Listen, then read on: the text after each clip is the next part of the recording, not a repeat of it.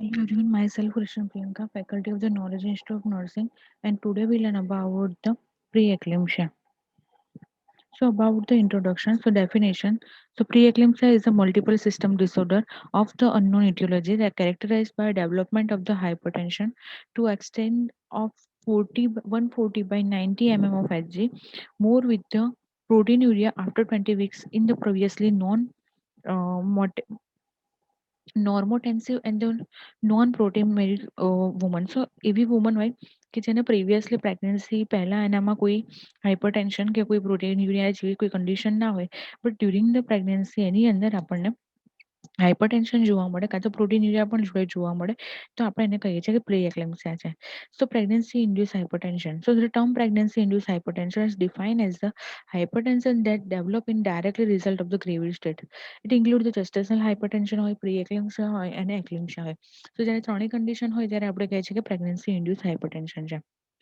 સો diagnosis છે pre એક્લેમ્સિયાના સો એની અંદર આપણને પેશન્ટની અંદર હાઇપરટેન્શન જોવા મળશે પ્રોટીન યુરિયા જોવા મળશે એટલે પ્રોટીન ઇવન આપણને અહીંયા જુઓ તો સ્વેલિંગ પણ જોવા મળશે અને પીટિંગ એડિમા જેવું આપણને અહીંયા કન્ડિશન જોવા મળશે. રિસ્ક ફેક્ટર છે કે પ્રાઇમરી ગ્રેવિડા હોય મધર ફેમિલી હિસ્ટ્રી હોય એની અંદર એવી પ્લેસેન્ટલ એની અંદર અબનોર્માલિટી હોય ઓબેસિટી હોય પ્રી એક્ઝિસ્ટિંગ વાસ્ક્યુલર ડિસીઝ હોય કાં તો ન્યૂ પેટર્નિટી હોય થ્રોમ્બોફ્લેબાઇટીસ હોય તો એવી બધી કન્ડિશનવાળા પેશન્ટને આપણને પ્રી એક્લેમ્સિયા વધારે પડતું જોવા મળે.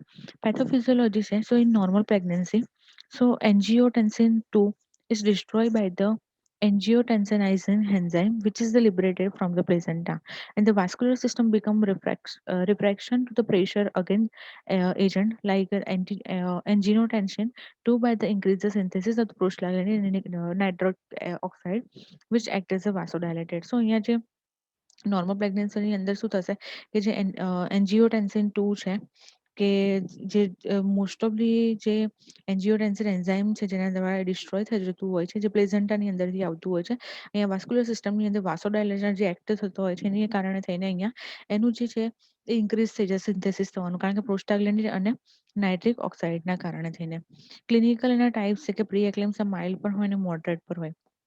માઇલ્ડ ક્યારે કહેવાશે સો diastolic BP is above 90 mm of Hg but less than 110 mm of Hg. The systolic BP is 30 mm Hg above the pregnancy reading in early pregnancy and this mean arterial જે pressure હશે એ 105 mm of Hg જેટલું અહીંયા આપણને વધારે થયેલું જોવા મળશે. સિવિયરની અંદર જે સિસ્ટોલિક બીપી મોર દેન 160 જોવા મળશે ડાયાલોસ્ટોલિક છે એ 110 mm of Hg એના કરતાં પણ વધારે જોવા મળશે. પ્રોટીન યુરિયા આપણને અહીંયા 5 ગ્રામ 24 અવર્સ કરતાં 5 ગ્રામની અંદર જોવા મળશે. ઓલિગુરિયા જોવા મળશે આપણને પ્લેટલેટ કાઉન્ટ છે જોવા મળશે હેલ્પ સિન્ડ્રોમ જોવા મળશે સેરેબ્રલ એન્ડ જે વિઝ્યુઅલ ડિસ્ટર્બન્સ છે એ જોવા મળશે આયુજીઆઈ ઇન્ટરયુટ્રન ગ્રોથ રિટાર્ડેશન આપણને અહીંયા જોવા મળશે. ક્લિનિકલ ફીચર્સમાં અબાઉટ આપણે જોવા જઈએ તો વોર્નિંગ સાઇન છે માઇલ્ડ સિમ્ટમ્સ છે અને અલાર્મ સિમ્ટમ્સ છે.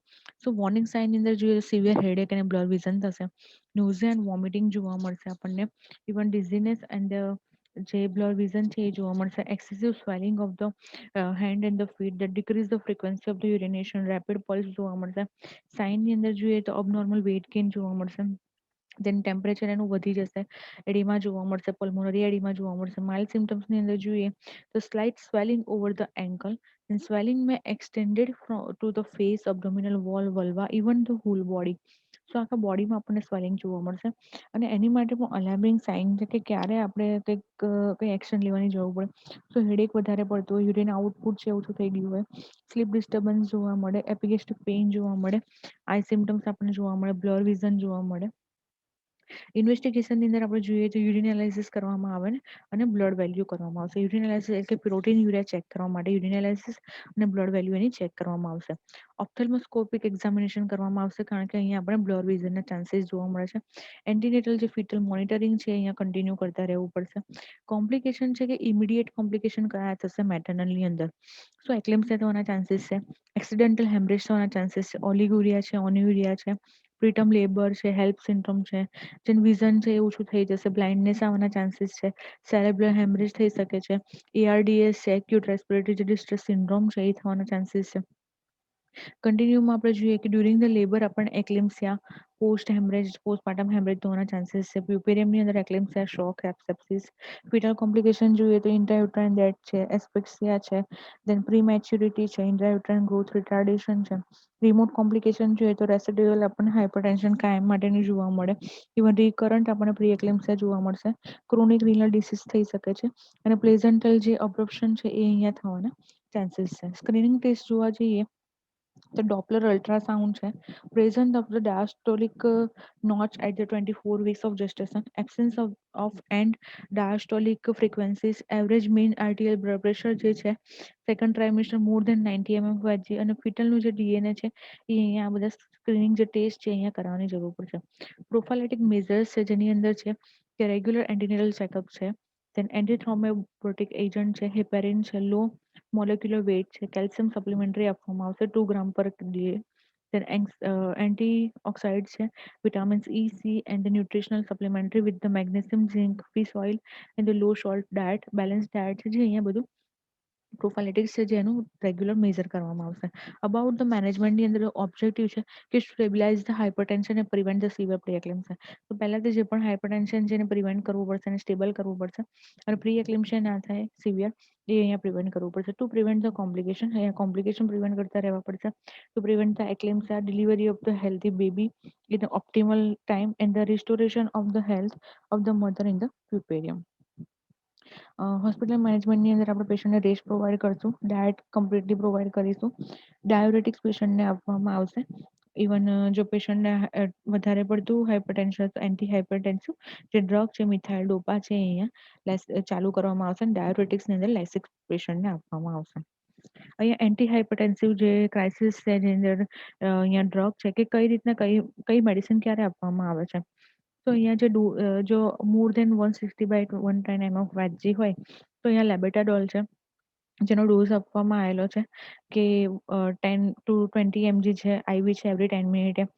દેન મેક્સિમમ જેનો ડોઝ છે જે 300 mg છે, મેઇન્ટેન જે ડોઝ છે 40 mg પર એનો અવર છે. સો અહીંયા અલગ અલગ ડોઝ છે કે હાઇડ્રોલાઇઝિન છે, નિફિડિફિન છે, નાઇટ્રોગ્લિસરીન છે, સોડિયમ નાઇટ્રો ફ્લુસાઇડ છે. સો એ અલગ અલગ પ્રમાણે ડોઝ છે, મેક્સિમમ ડોઝ છે અને મેન્ટેનન્સ જે ડોઝ છે અહીંયા આપવામાં આવેલા છે. About the management, so duration of the treatment, so group A છે, ગ્રુપ બી છે, ગ્રુપ સી છે અને method of the delivery, induction of the labour and the caesarean section. તો મેનેજમેન્ટની અંદર during the labour, so progression of the labour record in the પાર્ટોગ્રાફની અંદર continue maintain કરતા રહેવું પડશે. Abdominal and vaginal examination regular interval કરતા રહેવું પડશે. તેને બેડ રેસ્ટ છે એ ફર્સ્ટ સ્ટેજ ઓફ ધ લેબરની અંદર જોવા મળશે. Cut short of the second stage of the labour with the using of the prophylactic forceps. So most ઓફલી આપણે સેકન્ડ સ્ટેજ છે અહીંયા ઓછો કરી દઈશું અને પ્રોફાઇલેટિક આપણે અહીંયા ફોર્સેપ તરીકે યુઝ કરીશું. મિથાજીન આપવામાં આવશે જો કોન્ટ્રાઇન્ડિકેટેડ હોય in third stage of the labour. તો અહીંયા એને રિડ્યુસ કરીશું જે મિથાજીન આપણે નહીં આપીએ. સ્કીમ મેનેજમેન્ટ પ્રી એક્લેમ્સિયાની અંદર આપણે હેલ્પ સિન્ડ્રોમ છે કે this is the acronym hemolysis elevated of the liver enzyme and the low platelet count. So this is a rare complication of the preeclampsia. HELP syndrome are develop even without the maternal hypertension. ઘણીવાર hypertension ના હોય તો પણ help syndrome છે develop થતું હોય છે. Symptoms are the nausea, vomiting, epigastric pain, right upper quadrant pain along with the biochemical, the hematological changes. There may be subcapsular hematoma formation and the peripheral blood smear. So અહીંયા HELLP syndrome ઘણીવાર એવું હોય કે પેશન્ટને maternal જે hypertension છે એ ના હોય છતાં પણ પેશન્ટને આવા બધા જે સિમ્ટમ્સ છે એ જોવા મળશે. એની અંદર જે મેનેજમેન્ટ છે સો એન્ટીસીઝર પ્રોફાઇલાઇસિસ વિથ ધ મેગ્નેશિયમ સલ્ફેટ આપવામાં આવશે, એન્ટિકોસ્ટિરોઇડ આપવામાં આવશે જેના કારણે પેરિનિયલ મેટર્નલ આઉટકમ સારું થાય. Caesarean section are the common mode of the delivery. અહીંયા એપિડ્યુરલ એનેસ્થેસિયા આપવામાં આવશે વેરી સેફલી.